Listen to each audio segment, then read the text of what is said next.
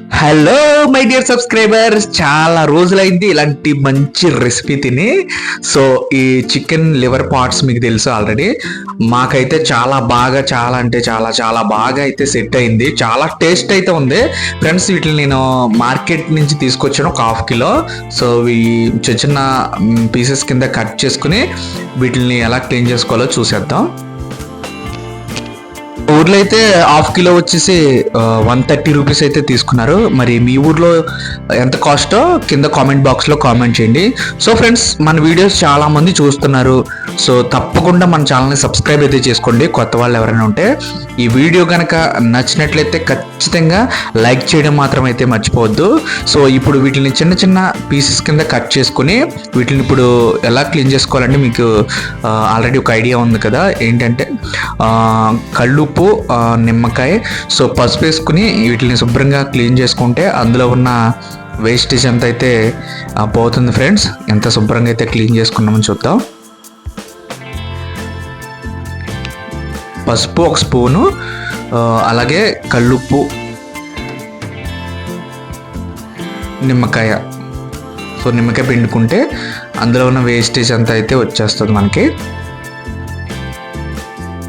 మొత్తం నిమ్మకాయ అంతా పిండి వేసుకోవాలను.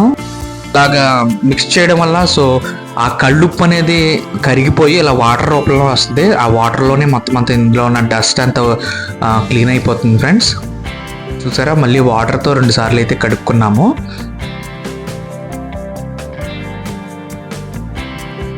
చూసారా, ఆ వాటర్ అంతా అందులోకి వెళ్ళిపోయింది. ఎంత తెల్లంగా అయితే వచ్చినాయి చూడండి. చూసారా ఎంత క్లీన్ అయితే అయిపోయింది. సో ఇప్పుడు ఇలాగా వీటిని పక్కన పెట్టేసుకుని ఒక బ్యాండీని అయితే తీసేసుకుందాం. ఇప్పుడు ఒక బ్యాండీని తీసుకుని ఆయిల్ వేసేసుకుందాము. 4-5 టేబుల్ స్పూన్ల వరకు ఆయిల్ వేసుకుందాము. సో చూసారా, ఆయిల్ వేసుకున్నాము.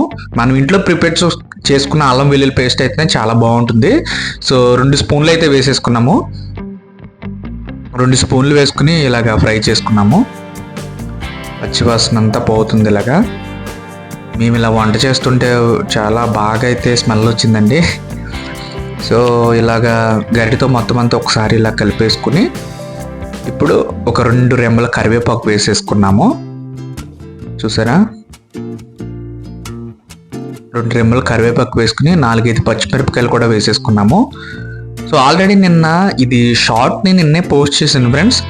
ఒకవేళ షార్ట్ చూసిన వాళ్ళు ఫుల్ వీడియో కూడా చూడండి. సో మేము ఎలా చేసామన్నది మీకు ఒక ఐడియా వస్తుంది. సో ఇలాగ మనం శుభ్రంగా చేసుకున్న ఈ లివర్ పార్ట్స్ని ఇందులో వేసేసుకుని మళ్ళీ ఒకసారి గరిటతోటి మొత్తం అంతా ఇలాగ కలిపేసుకుందాము. ఆ అల్లం వెల్లుల్లి పేస్ట్ అంతా దీనికి పట్టేటట్లు ఇలాగా పేస్ట్ చేసేసుకుందాము.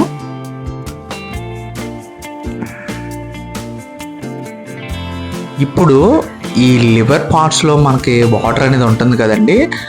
ఆ వాటర్ అనేది మొత్తం ఇంకిపోవాలి. మొత్తం ఇంకిపోయిన తర్వాత అప్పుడు మనం ఈ మసాలాల ఐటమ్స్ అనేసి అప్పుడు వేసుకోవాలి. సో చూసారా, కొంచెం వాటర్ అనేది రిలీజ్ అయింది, కొంచెం వాటర్ ఉంది.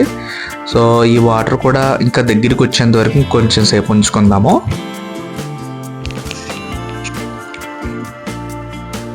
మూతనైతే పెట్టేసుకుందాము. అదే ఇంకో 2 మినిట్స్లో చూస్తే మొత్తం అంతా ఇంకిపోయింది. ఇంకా లాస్ట్లో ఆయిల్ అనేది ఒక్కటే ఉంది. చూసారా, ఆయిల్ అనేది ఒక్కటే ఉంది. ఇంక ఈ ఆయిల్లో ఫ్రై చేసుకోవాలి. ఇప్పుడు టేస్ట్కి సరిపడా సాల్ట్ వేసుకుని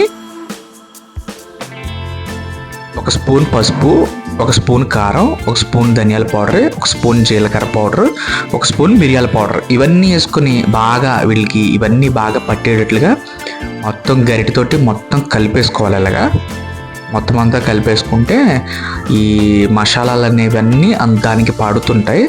సో ఇలా పట్టిన తర్వాత మళ్ళీ ఫ్రై చేసుకోవాలి. చూసారా, మొత్తం అంతా కలిసిపోయింది. చూస్తుంటేనే అలా తీసుకొని తినేయాలన్నంతగా ఉంది. సో మళ్ళీ మూతను క్లోజ్ చేసేసుకున్నాము. దీంట్లోకి మేము మిరియాల చారు అయితే పెట్టుకున్నాము. సో మిరియాల చారుని కూడా మేము తొందరలో పోస్ట్ చేస్తాము. ఈ కాంబినేషన్కి ఆ మిరియాల చారు అనేది నెక్స్ట్ లెవెల్, అసలు వేరే లెవెల్లో ఉంటుంది. సో చూసారండి, మసాలాలన్నీ దానికి పట్టేసి చాలా అద్భుతంగా చాలా బ్యూటిఫుల్గా ఉంది కనపడడానికి.